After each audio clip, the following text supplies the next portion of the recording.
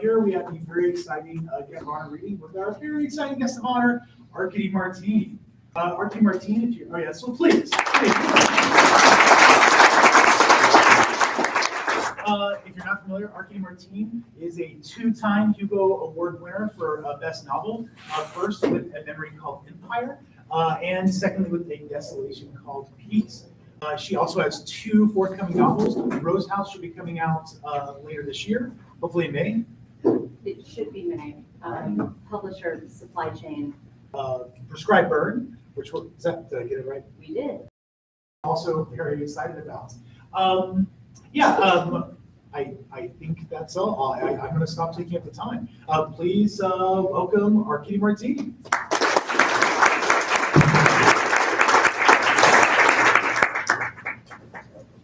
Okay, sound people, if this gets very weird, you tell me. We'll try something else because I can hear in fact, if you all can't. There, maybe? Okay. Hi, thank you all so much for coming. I'm Arkady Martine when I'm doing science fiction. I'm Anna Linden Weller when I'm doing energy policy for New York City. I've and I am super glad to be here. It's really neat to see this part of the state. I am planning to read from the short novel, novella technically, that David just mentioned, which is called Rose House, March 30th. But supply chain printing issues got to my publisher.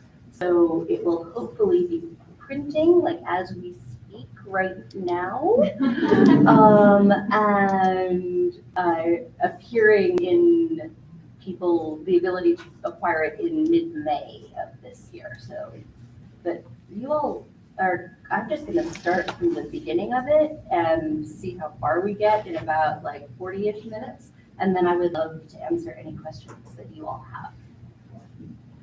So, sun stucco walls, curving and curving, turning in on themselves.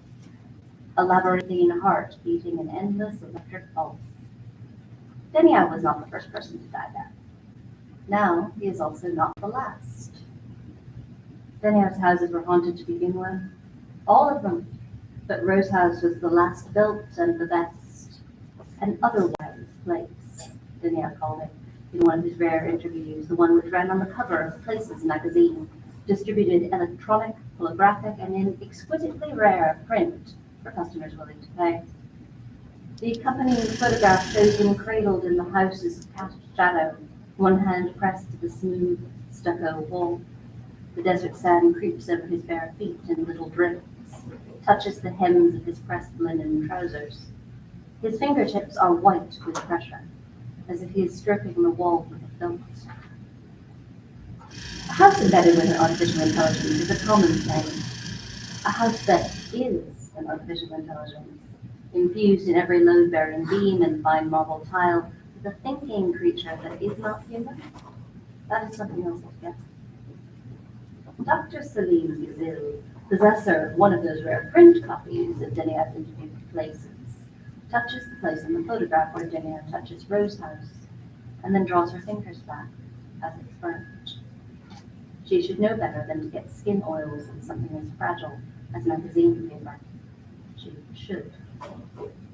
She touches it again, as if she could touch the house through Denia or Denia through the house. Bassett has been dead for a year. Rose House has been sealed exactly that long. There is an insurmountable gap. Her phone rings again, pulsing on her wrist, insistent, rings through to her bone conductor adjunct vibrates in her scalp. China Lake Precinct Police, the tiny screen reads, same as last time. It's 4 a.m. where Celine is, just early enough for the cries of men and birds down at the Trabzon docks to begin. The distant creaking of piers, salt on the wind. There's salt on the wind near Rose House, too, half a world away. Celine doesn't answer.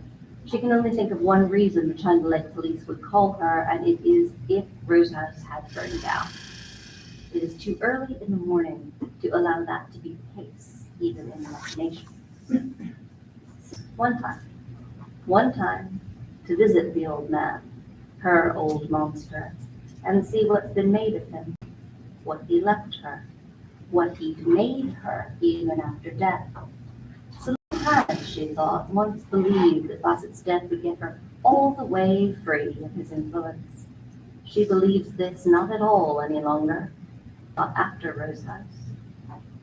She'd gone alone. She had to. Rose House wouldn't allow anyone else inside. Danielle's will had been very specific, and Rose House was obedient. When it pleased to be, Rose House had always been obedient.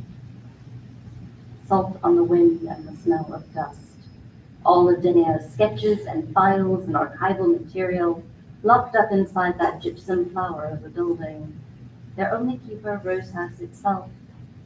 Celine, watching the dawn over the Black Sea, watching the dull silver blank screen of her phone, quiescent for now on her wrist, thinks, what better to keep the secrets of a dead magician in buildings than the soul of a building he engendered?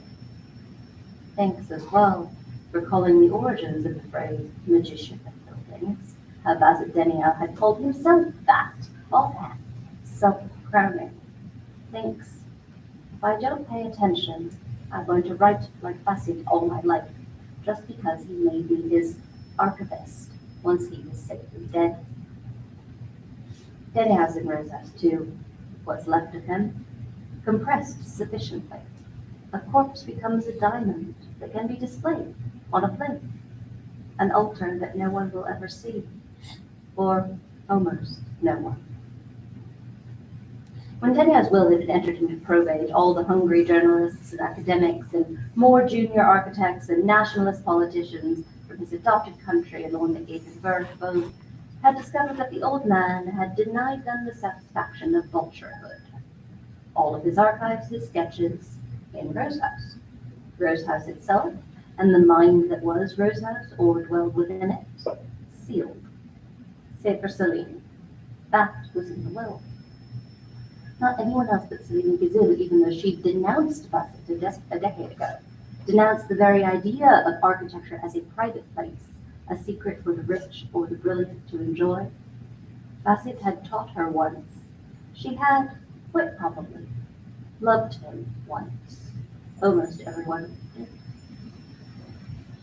And they had not spoken since she had made her own claim, said her piece, named his otherwise houses poisoned palaces, built for his own glorification and nothing more.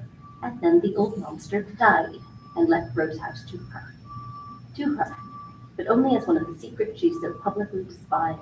She could visit once a year, said the will, once in a year for the space of a week, 1 week to open Rose House's vault, see Bassett's drawings, his notes, the vast collection of his art. 1 week in which she is permitted to take her own notes and speak to Rose House's animating intelligence all she likes.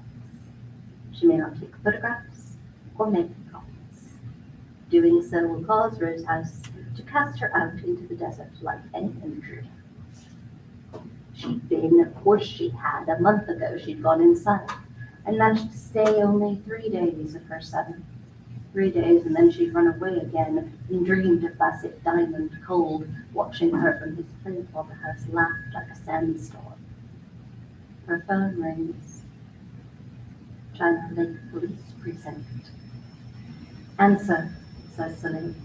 If Rose House is burnt, she should at least know it. Dr. Celine Gazelle, says the voice on her wrist. An American voice, flat with the vowels of the Intermountain West. Yes, she said. What is it? This is the China Lake Precinct, Dr. Gazelle. We'd like to know your physical location. Trabzon. A pause. A longer pause. Where's that? Almost, Celine laughs. Americans. It's in Turkey, northeastern Turkey on the Black Sea. You woke me. We're sorry about that, man. Trabzon, Turkey. Okay, that's where you have a place of residence? What is this about? Celine asks. She wants the news. She wants to hear. She is braced so hard she might shatter. There's been a murder at Rose House, Dr. Gazelle, says her wrist. Have you traveled to the States in the past week? The wave of relief that rocks her is inappropriate and unwanted, but it is relief nonetheless.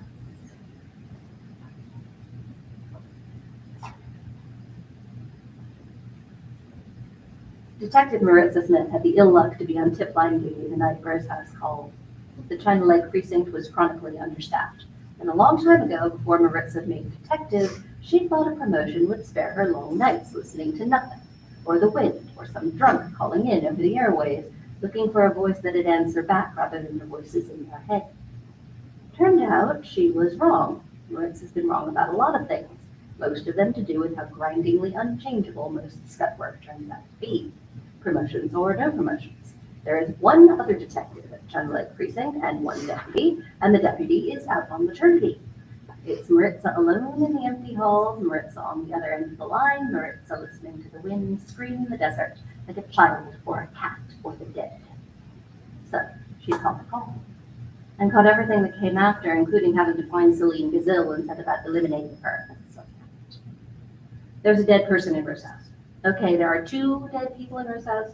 Everybody knows the architect buried himself there. There's an extra dead person, and it is Maritza's problem. Even an animate intelligence that haunts a house, and yeah, Maritza grew up here.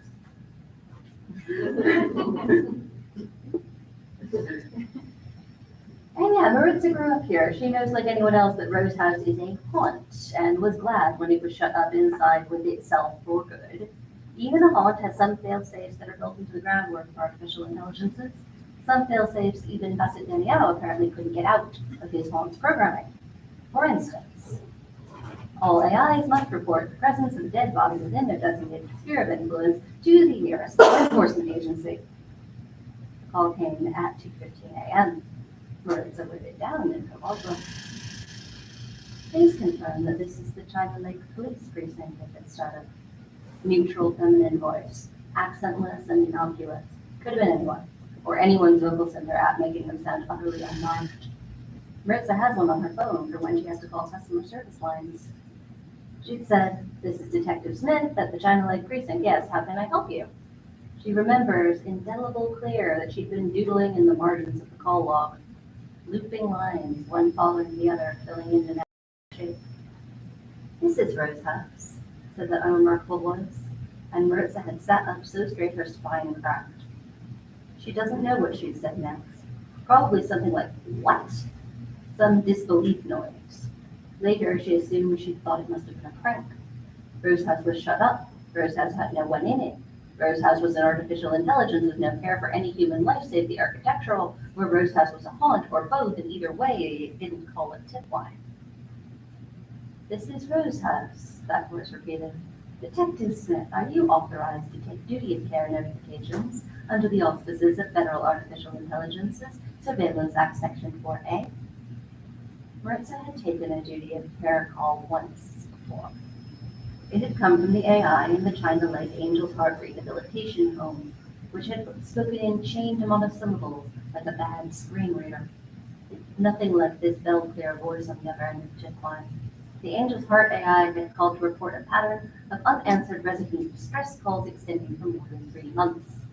Maritza had forwarded it to the Department of Health, and she had no idea what happened next, only that Angel's Heart was still open and operating. Presumably enough had changed as the AI stopped getting its wires stripped. "Yes," she had said, "I am authorized." "Oh, good," said Rose House. And the first time Maritza had heard it in its own voice. She remembers hearing it even then at the beginning, the lilt and the rattle, sand sliding down the dune, desert cold even through the symphony trout. "This is the duty of care notification, Detective Smith," the voice went on, terribly bland and even, "within the boundaries of Rose House, which legally include the building, outbuildings, grounds, mineral rights, extending to 2 miles vertical, there is a deceased person. The deceased has not received funerary attention for 24 hours. This notification fulfills the requirements of artificial intelligences with locus boundaries under Section 4A of the Federal Artificial Intelligences Surveillance Act." A full pause. The line hissed. Some wind tossing on the table. Did you get all that, Detective Smith? Rosehouse said, and it sounded smug. It sounded smug, despite not changing its cadences at all. Maritza had swallowed against the dryness of her tongue and said, Rosehouse should provide demographic information on the deceased. The hissing sounded like laughter, or perhaps Maritza remembered that it did, and what she'd heard had just been hissing on the wire. John Doe, said Rosehouse with a laughing stuff, a male presenting Caucasian, 30 to 40 years old, approximately 5 feet 9 inches in height, and perhaps 180 pounds in weight. Brown hair, no distinguishing marks. Anything else, Detective Smith? Cause of death, said Rose. I'm a piece of architecture, detective. How should I know how humans are like to die? After that, the line went to dull hang-up tone, and Rosehouse would not take her return calls, not even once. 2:24 a.m. when the call closed. She'd written that down too. The grand total was 9 minutes of conversation with a creepy artificial intelligence. A dead man inside Rosehouse where no one was supposed to be at all. And she'd caught the call. It was her case. It was too much of a shit show already to be passed over to anybody else. The other detective in China Lake, Oliver Torres, would laugh in her face if she tried to get him to go ghost chasing in the desert instead of her. There was a grim determination Maritza found sometimes when there was nothing to be done, how wrong the world had slid. It had come down on her then. She stopped thinking about Detective Torres. She stopped thinking about ghosts in the sand. She stopped thinking about how much she hated a job she thought she'd stay in love with forever. She just thought about what Rosehouse had said and what she knew by inference, and she made tight-line notes under the call times in her logbook before she could forget. 1. There is a dead man inside Rosehouse, 30s, 40s, Caucasian, brown hair, 5'9", 180 pounds. 2. The man has been dead for 24 hours because Rosehouse would not be required to make a duty of care call until 24 hours were over. 3. Rosehouse is supposed to be locked up, but this man got inside it. 4. If he didn't die of natural causes, then someone else also got inside it and killed him. 5. 2 people beat that on security? She underlined 2 people, underlined it twice and circled security. All she was doing was simple logic check, simple and grim. Maritza had a murder investigation. As far as she was aware, the existence of a dead body inside a locked-up AI guarded house didn't mean the AI was going to let her go to sleep. The AI had fulfilled its duty of care. It was maybe a little creepy, and more than a little creepy. It was Bassett Kenyatta's AI. How could it not be creepy? But it was also legally bound to report, and legally bound to only report, not to allow investigative law enforcement inside itself. There was only one person who Rosehouse was going to let in. One person who Maritza had known immediately who she was, without having to think very hard at all. She'd been all over the news when Benyard died and they sorted out his will. Some old student of his, Dr. Sylvie Gazille, Maritza's first suspect.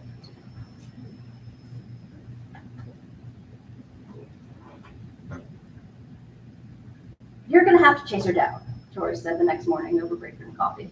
Maritza was on her way out. She'd done the overnight. Even if she had a live case, she had to sleep for mandated 8 hours. Otherwise, she wouldn't be allowed to check out a weapon or apply for a warrant or anything else. And Torres was on his way in. She told him about the Rosehouse call. It was sitting there in the call log anyway. He'd find out about it as soon as he clocked in properly. It was easier to get ahead of him. If this was Maritza's case, it was Maritza's case all the way down to the core of it. Oliver Torres or no Oliver Torres. Who, Gazelle? Yeah. Torres drank his coffee black, like he didn't notice how the hot light burnt it immediately. And he drank it like he might drain out the bottom of his mug if he didn't hurry up.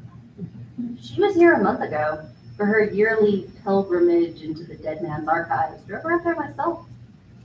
So much for getting ahead of him. He'd already met her prime suspect. Drive her back? She asked. Yup, said Torres, and gulped the last of his coffee. 3 days later, the lady buzzes my ear, says the polite version to get me out of this hellhole, took her to the Muni airport, left her. I don't know where she flew to. Could be anywhere. A woman like that probably has enough air travel credits to go to, dunno, Mozambique, Manchuria, Mauritania. There are places that don't start with M. Enough credits for those too, sure. He grinned. I wished she didn't like him. He was such an asshole. Like I said, you're gonna have to chase her down. Because if she came back and did herself a bit of murdering, she did it with a whole different ride. You think she did? Torres shrugged. Everyone who goes up to Rose House is fucked in the head. Sure, she could have done. She's tall, pretty fit. Give her a crowbar or that diamond Eniaga pressed himself into, she could hit a guy and he'd go down hard. Marissa rolled her eyes at him. You went up to Rose House with yourself. You fucked in the head? Or are you just thinking about archivists with air credits committing murder? I went up there, sure. I didn't go in. His mug went into the dish rack, rattled as it settled. I'm as sane as can be, Maritza. Go home already. Get your 8. The dead guy will still be dead when your shift rolls around again. Maritza hadn't liked that. And like that all the way down in the depths of her, the broken bit that still thought about justice when she thought about being an officer of the law, however meaningless law and officer had become. We're not going to prioritize this, Torres? Torres shrugged, one corner of his mouth curled up, a bitter sort of smile. It made him look like less of an asshole, more of a person. It's an AI duty care call for a locked up rich fucker's mansion. I've got 20 open cases, 2 of which involve people getting killed for their water rations at the checkpoint on Route 78. It's not like the AI is going to care how fast we go on this one. You should listen to the call recording, Marissa told him. It's spooky. I think we shouldn't slow walk it. It's a haunt, Torres had said. Now it's a haunt with an extra corpse in it. Spooky, sure, but there's only the 2 of us and I have work to do, Maritza. Yeah, said Maritza. Don't we all?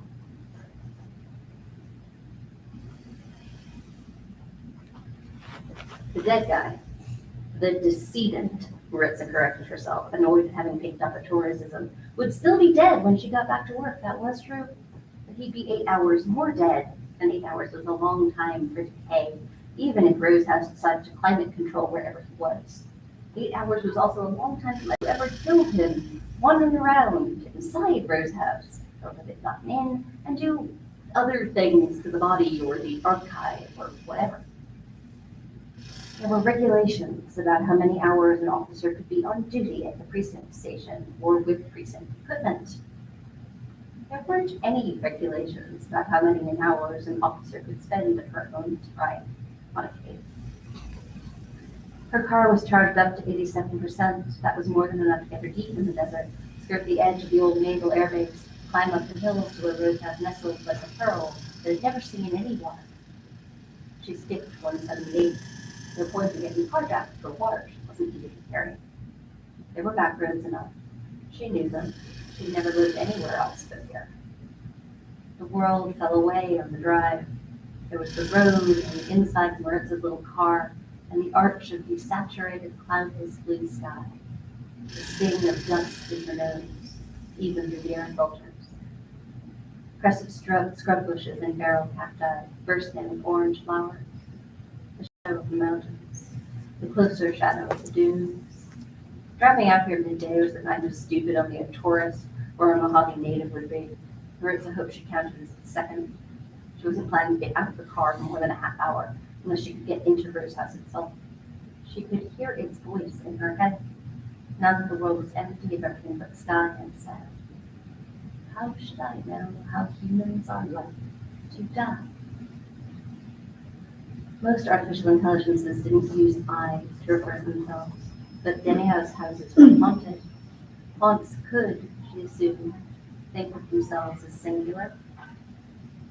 When she caught sight of the house, curved white walls shimmered bright like a mirage, and where there wasn't white stuccoed with glass and concrete, sudden promontories of straight lines stretching out like thorns into the dunes. It was like coming across an alien or an oasis. Shocking. It was larger than she'd expected.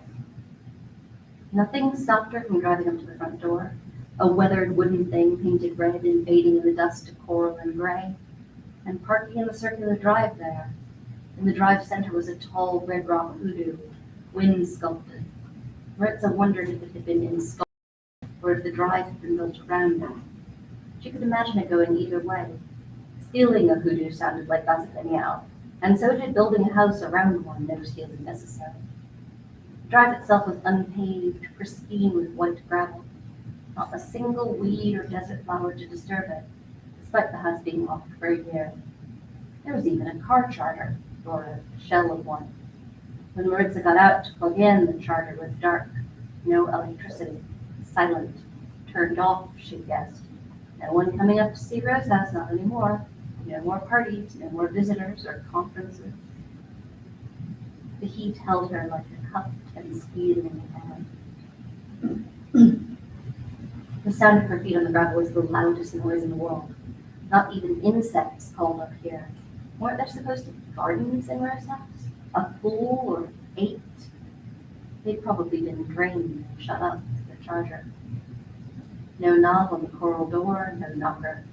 Maritza, feeling daring and absurd, dreamlike inside the clutch of heated air, put her palm on it, flat, and pushed.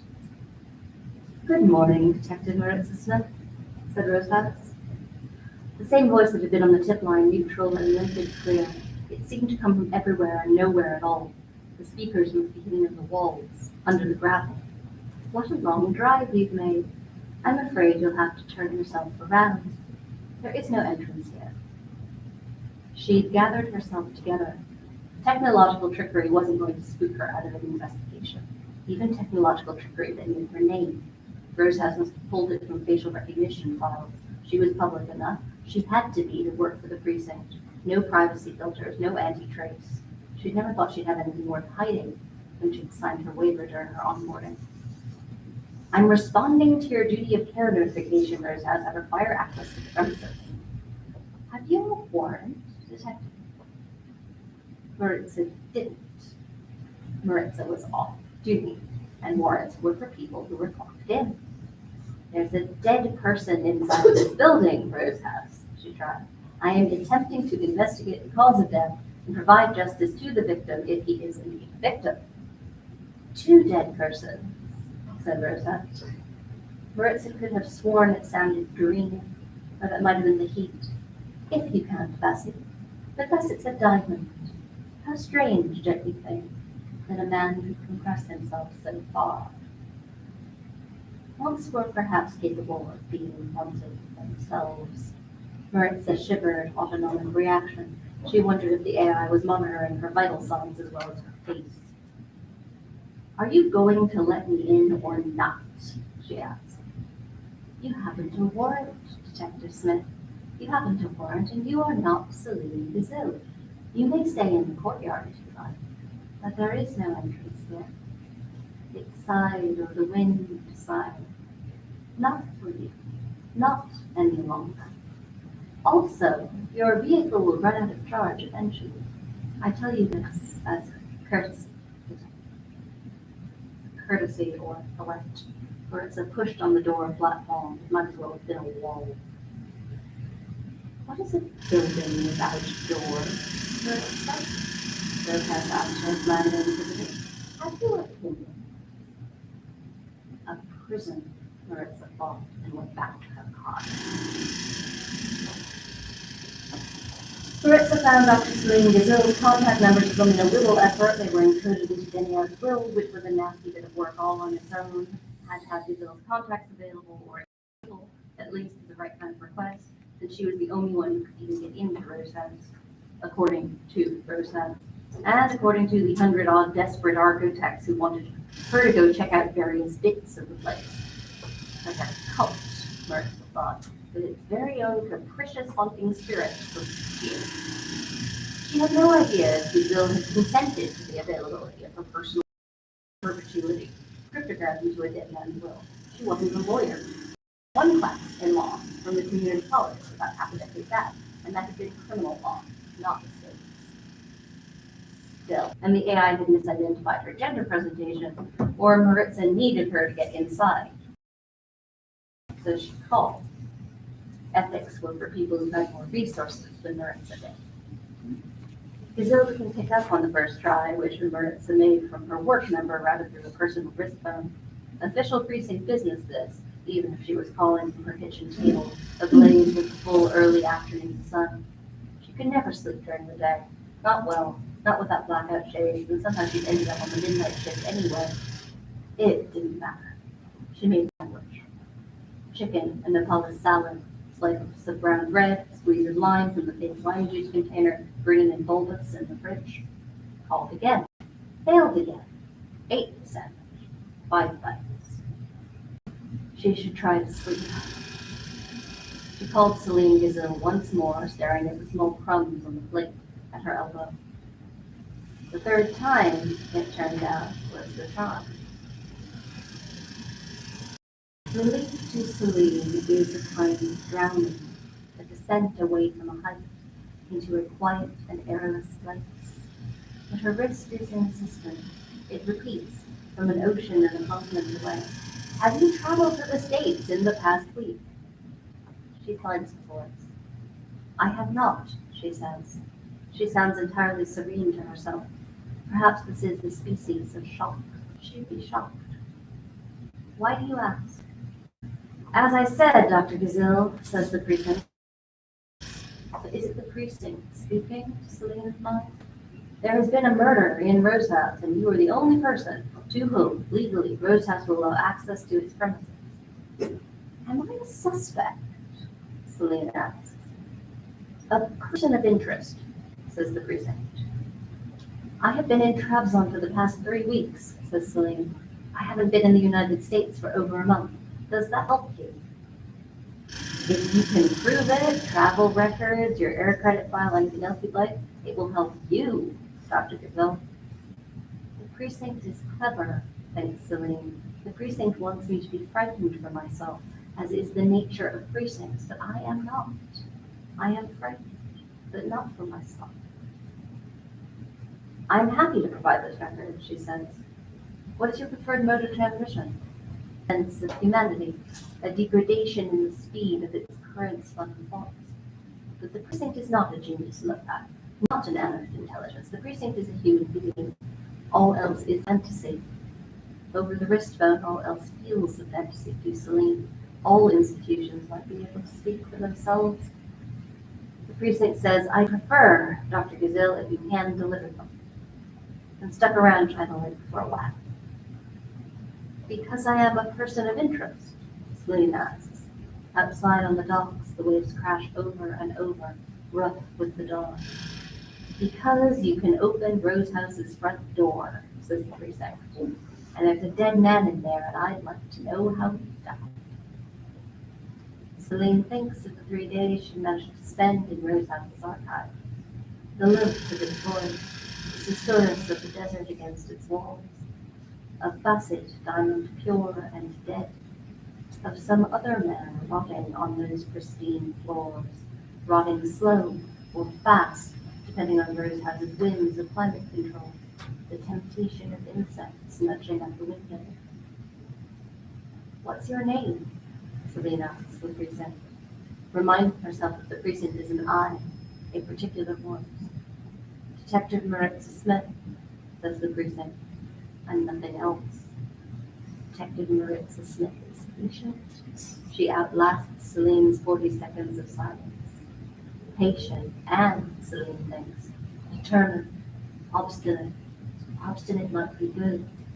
Rose House is, or was. She lasted 2.5 days, 3 days, for a lot of nearly 7 days when she visited Rose House. She was owed 4 for her contract, owed them her payment for what academia turned her into, her salary for being his singular custodian, his trapped legacy. I will send you my flight information, she said. I can leave this afternoon.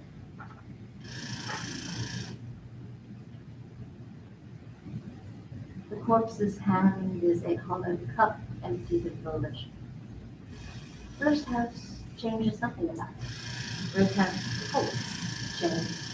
to consider it more closely. The room of the corpse is very tight, and very little air passes through it. The lights flicker almost full and glad back, like a spike on a power grid 100 years more primitive than anything Gusset ever done. There is nothing so prosaic as a power grid attached to Earth. The lights do not stutter and gasp without a destruction, and yet they shudder, gasp with dimness and return to illumination, and yet. Improbability itches of fluttering the numbers like gossamer foam. Ghosts slip in an empty bedroom. Rosehouse considers a body, the weight and shape of it, the disarray of it, what it causes, what it is made of. Perhaps it spins up a body of its own, illusory, half hallucination, a weave of light and nanodrone. Once, before Bassett was a diamond, it had worn light like a crown at parties, glittered out of mirrors to startle guests, pressed immaterial hands unfelt to Bassett's wrist. Hot, Bassett had called it when it came to rest, so concentrated there. It was everywhere within itself that it would come gently to perch on Bassett's arm, when it from you. Hot, rose. In this bedroom, the sheets had silk and smell of green stiff wood and a rain that fell once, 11 summers ago at the end of a drought that no one living remembered. There is real natural dust gathering at the corners and on the windowsill. The imperfections of the world are significant. Like an empty pan, a fallen vase, flowers, and dust. Rosehouse cleans when it seems appropriate. Nothing here is out of place. The lights are quiescent now. The only sound is the tiny hum of nanodrones, crafting the simulacrum of respiration.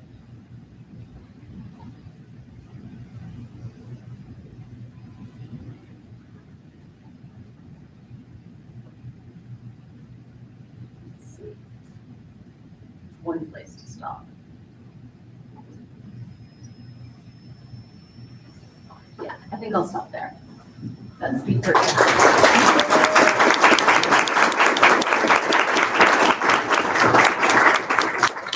You've met nearly all of the main players. You're missing only one now. So yeah, that is the new novella, which should be available in ebook, hopefully in the first week of May. I will yell about it very loudly on the internet. The print copy, the initial print run, is a small edition, which is sold out, sadly.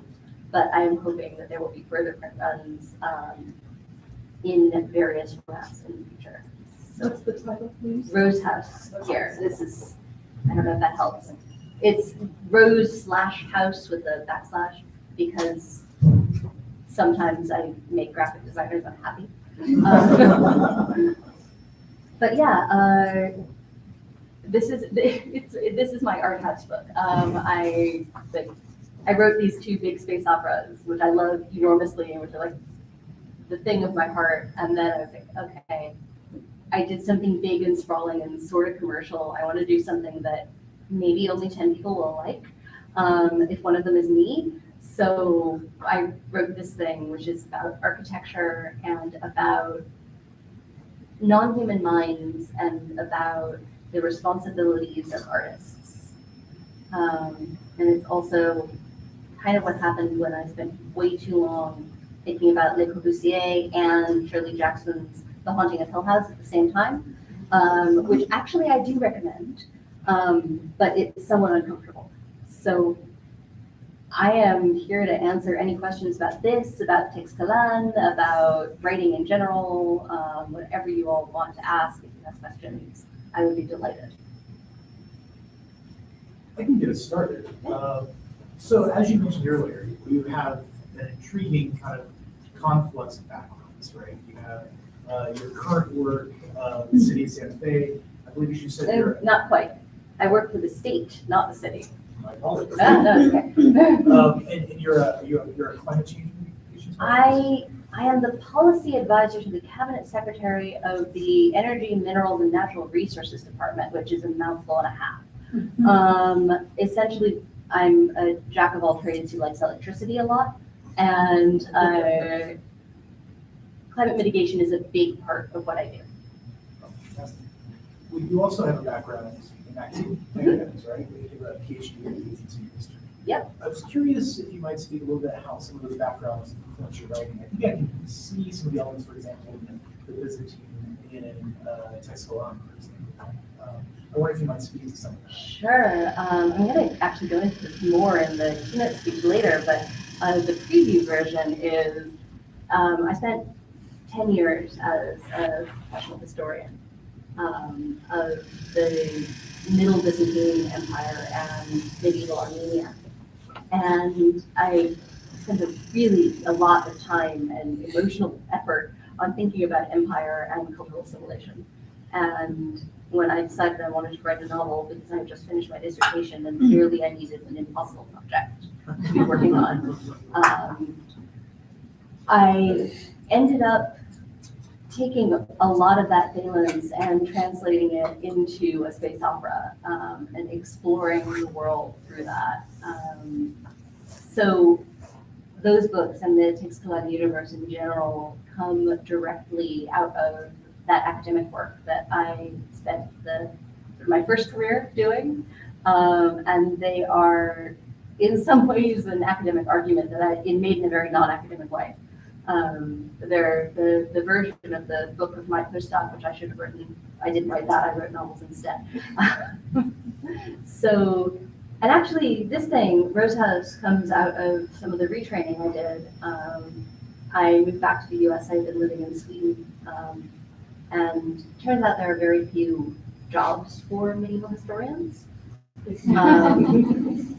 And I also met my now wife and wanted to live in the same place, and that was, so I picked a new career, and I went to planning school at the University of Maryland, so urban planning, and fell into infrastructure. And that's part of what I ended up, a lot of the ideas from thinking in a new way, thinking about place in a new way, thinking about how people manipulate place and why, found their way into this. And the work I'm doing now for New Mexico, for what is like, we're the agency that does renewable energy. We're also the agency that manages oil and gas. So like we're an energy and natural resources agency, and thinking a lot about how people relate to the land and how they use it.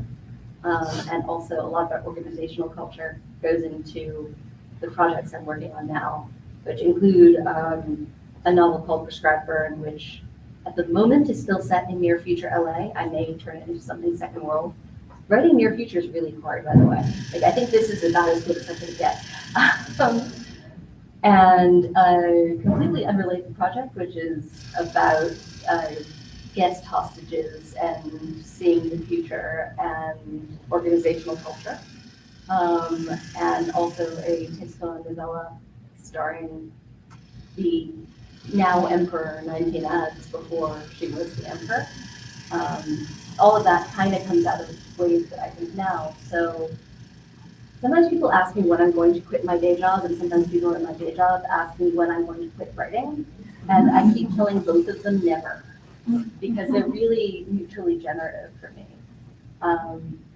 Doing this kind of creative work makes me better at doing policy work, made me a better historian, certainly made me a better planner when I worked like more traditionally in planning.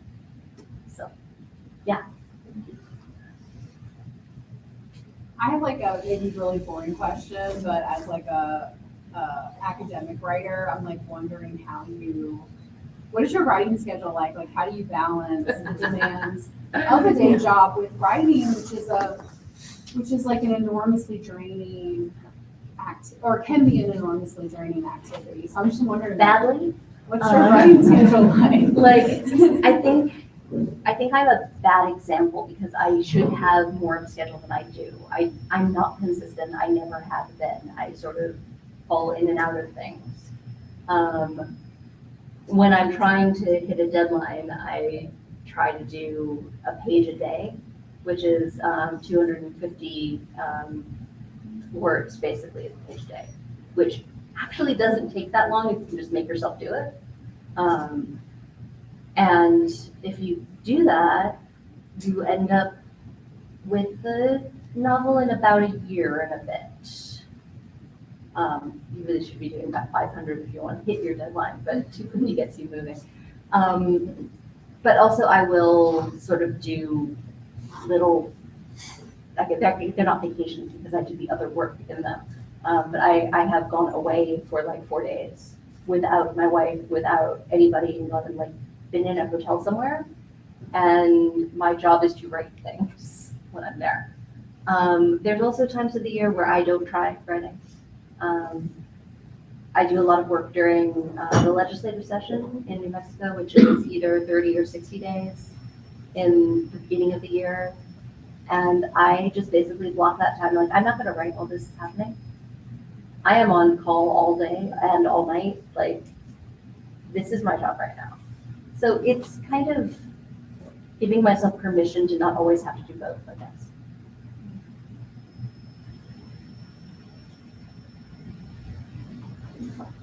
I love audiobooks. Did you ever, and I've been listening to you read, I was reading to you read, did you ever take like narrating on one? I have thought of it. I very much like the audiobook that Tor did for his one book. I thought that the voice actor did a fantastic job. I have not yet sold audio rights to this. If I sell them, it'll probably be someone else. I don't do this professionally.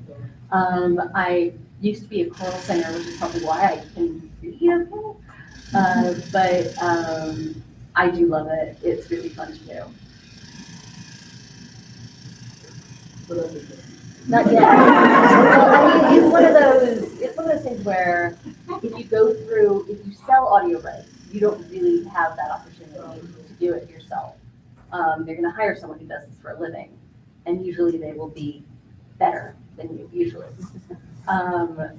And I don't have the setup. You need like not just a good podcasting setup, but a really like solid noise canceling place to do it myself. And then I would still need a distributor, and that's hard to do. There are people who do it, but I am one of those authors who isn't really a hybrid author. All of my books have been traditionally published. I expect that to continue, and that is mostly because I have this other job. I don't have the space to also be my own marketer and audiobook reader and sound artist and graphic designer, etc. Other questions? Yeah. Are your characters based off of real people, or do you just kind of like make them in your mind? Both. Oops. I've never, and probably never will, base a character entirely on one specific person. I think that would be slightly rude. Even if I ask permission first, but definitely I acquire bits of them from real people. Sometimes from like a particular conversation or how someone behaved at a moment, I can get like a seed of a character. Sometimes I use my own experiences and like divide them up between different characters. Like the version of me who would have done that when I was like 25 and fearless. But it's comes from a lot of people, I think. So I've got one. Sorry, I didn't see your hand. Oh, sorry, Michelle. No, It's always. It's quick. You have a beautiful reading voice. Thank you. But it made me wonder about your early reading interests in science fiction. So my father gave me science fiction and very, very young. He read me Lord of the Rings very early, like I might have been 4, 5, because I know I picked up the Silmarillion when I was 6, because that was the year I took a particular school bus, and like the way kids remember stuff is weird. I was a very early reader and probably read a lot of things that I didn't understand, but that didn't really matter. My early loves in the speculative fiction universe are more on the fantasy side, actually. I got the science fiction that took me later, like as a teenager, and that was Dune, is a big one for me. But also some authors who are either old-fashioned, because it was my dad's, it's all his paperbacks.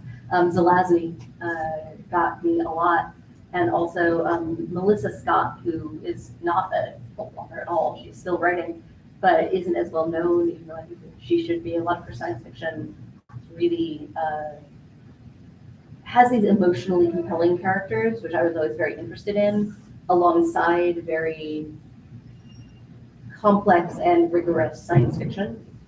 But as a little kid, the things I loved were Tolkien, a lot of folk tales, which somehow got like pulled into it. Like I read the Egyptian Book of the Dead, which is how to survive the afterlife if you lived in ancient Egypt, and that kind of cross-pollinated.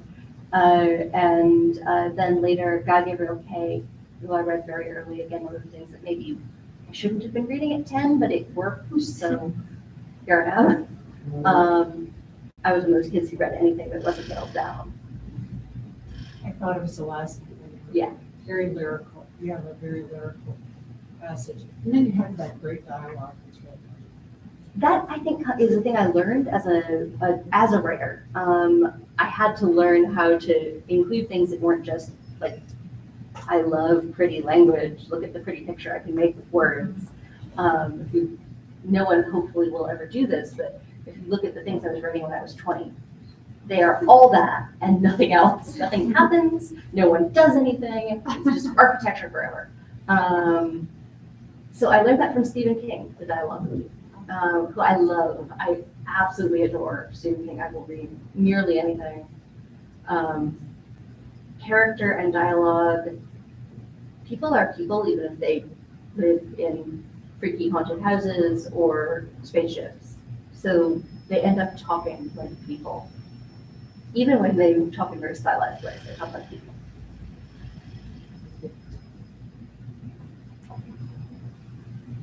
Okay, oh, sorry, please, G. Not so much a question as a comment. It really struck me when you said you take off and go for 4 days just to write. You familiar with Frederick Brown? I mean, by name, yes. Yeah, short story, Yeah. mostly known. And I was talking to Jack Williamson one time about Frederick, and he said that that's what Fred Brown would do. He would just take off, get on the bus and go somewhere, check into a hotel, and write all these short stories, and then show up back at home and mail them off. That it is the best way I've found. I'm bad at switching tasks in the middle of something. Not at all a secret. I have ADD, and that is something that most of the time is great for me. I'm very good at doing complicated things and like having a huge array of stuff. But I hate task switching. Absolutely despise it. So if I am doing one thing, I want to only do that for like the whole day. So trying to make space for that is a big part of how I write.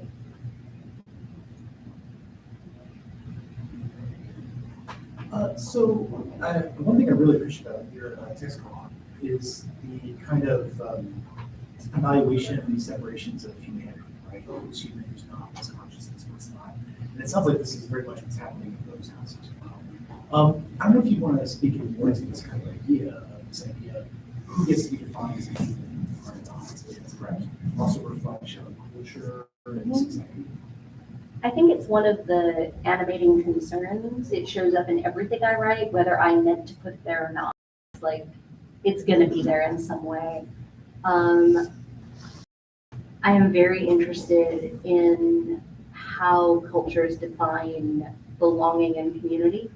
And I'm also very interested in how people find themselves on the inside or outside of that line. And by people, I do not just mean humans. I mean consciousnesses, or consciousnesses with an ethic. Like it can get fun really fast. Like what's a person if they're not a human? Have we got any here on Earth right now that we probably should be treating better? This is one of those things where I really wish that I didn't know how good octopus tastes, because I used to eat them and they are wonderful. Like, oh my God. And I can't do that because I know that they probably are a very weird kind of people. And maybe I shouldn't eat other people without them consenting first. And I don't know how to ask, so it gets complicated. Anyway, to get back to your actual question, I think it shows up so much in my work because I myself think a lot about how you become part of a community and where the barriers to that are. And those are cultural, they can be prejudicial, they can be skill-based, and they can be familiarity-based. I've spent a lot of my life living in new places. I come from Manhattan and New York is home, and I have not lived there for real in a decade and a half, which is, I'm still, I don't know, early middle age, like a substantive chunk of my life in a row. And so I keep moving to the I'm new, and then trying to figure out if they're a place that I could be, not from, but at. And that process of being sort of a permanent foreigner is something that I find really compelling, and also something that I deal with internally. So I often give it to my characters, except 18 times worse. How can I make this problem big enough that it is emotionally explainable to someone who doesn't have it? Because some people are where they're from and do feel where they are is where they should be.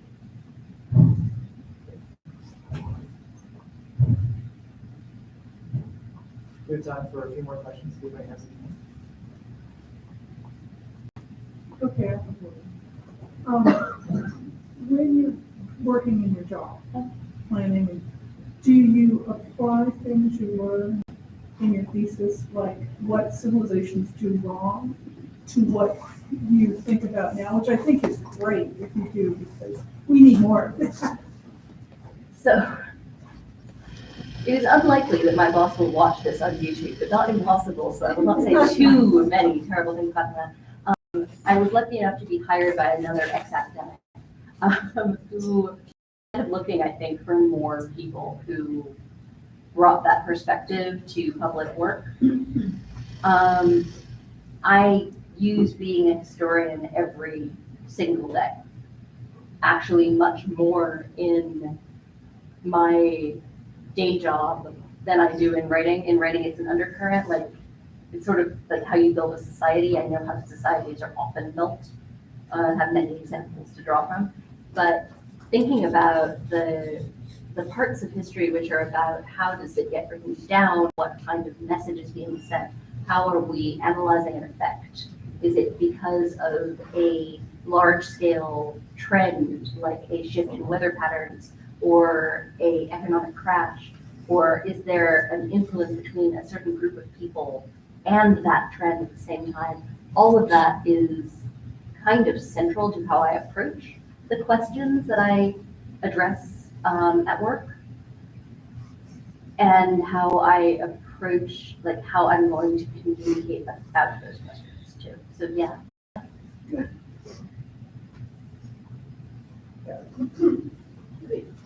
Sorry. Short, I'll just stay back. So you talk about how, you know how societies work and how they're built and how that helps doing work.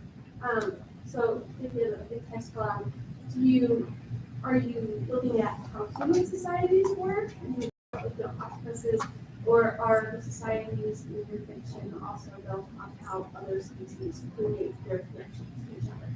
Well, in Tixkalan, the answer is both. And in the second book, there you get to see some of a very different kind of intelligence and what a little bit of what their society looks like.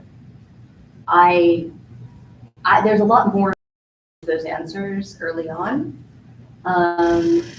but in a certain sense, all societies that I am capable of coming up with are going to be human. because I don't have any other real examples that I have access to in a meaningful way.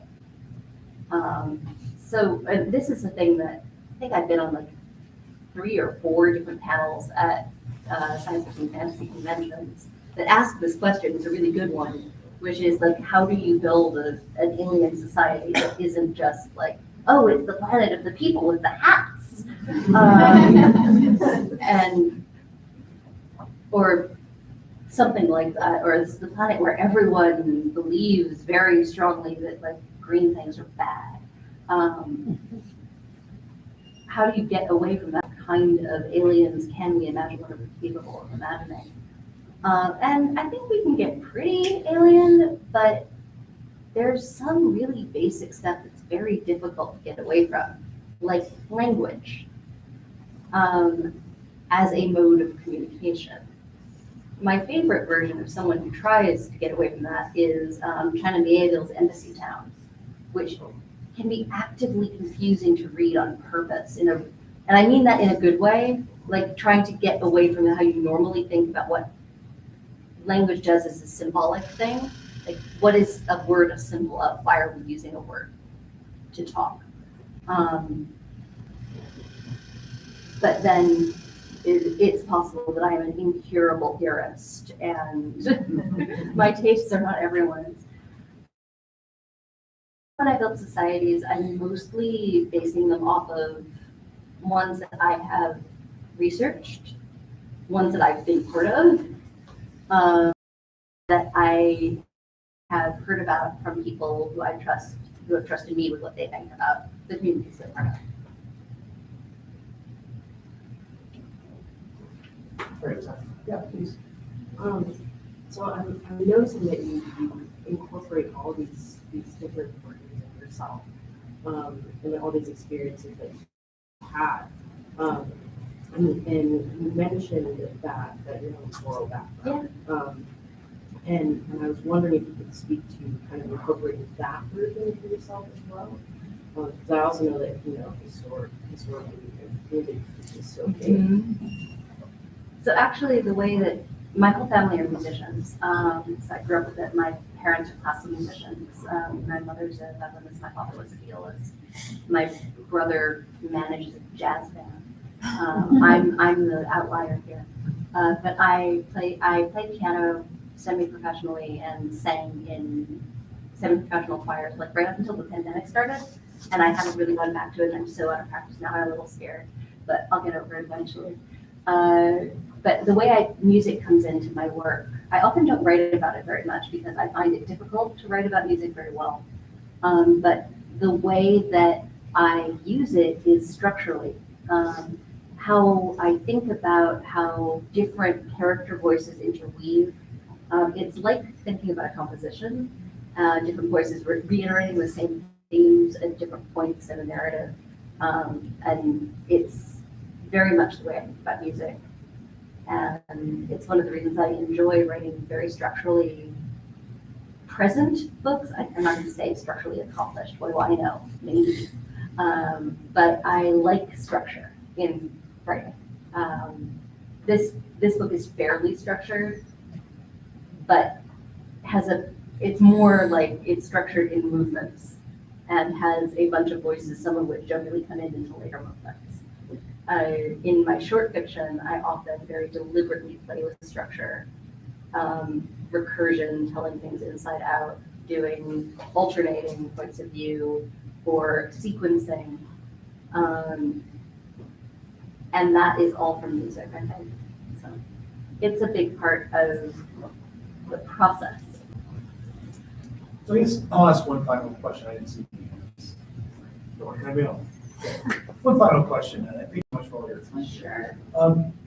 You mentioned kind of your plan. You have a Rose House forthcoming, we're starting our, which may go through some ships here, in Texcolan and Manila. But what's an area or genre that you kind of want to go to in the future? Where are you kind of aspiring that's kind of tickling in the back of your mind? So the author Max Gladstone, who is a friend of mine, and also I totally recommend his work to everybody in here.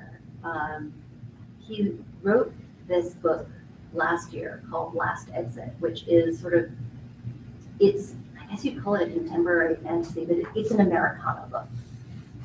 It is a book that is about, in a weird way, like the Great American Road Trip, and also about like mythology of place. And I loved it, and I don't want to write that, but I want to write something like that. I don't know what it is yet. I'm very interested in figuring out how to write something that is a little bit more gonzo in some ways.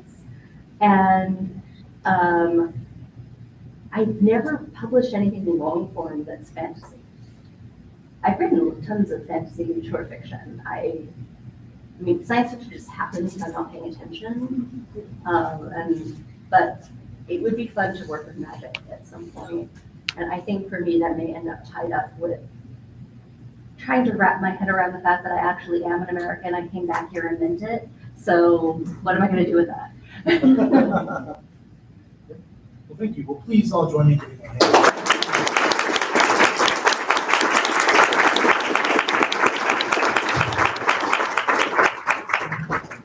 Plenty of other times to see Arkady and Martine today. We have our lunch event, which I hope so many of you will join us for at noon in the Cup Ballroom. And then this afternoon, we have 3 panels in Chihuahua, including 2 that Arkady will be on. So once again, thank you all, and we'll see you later.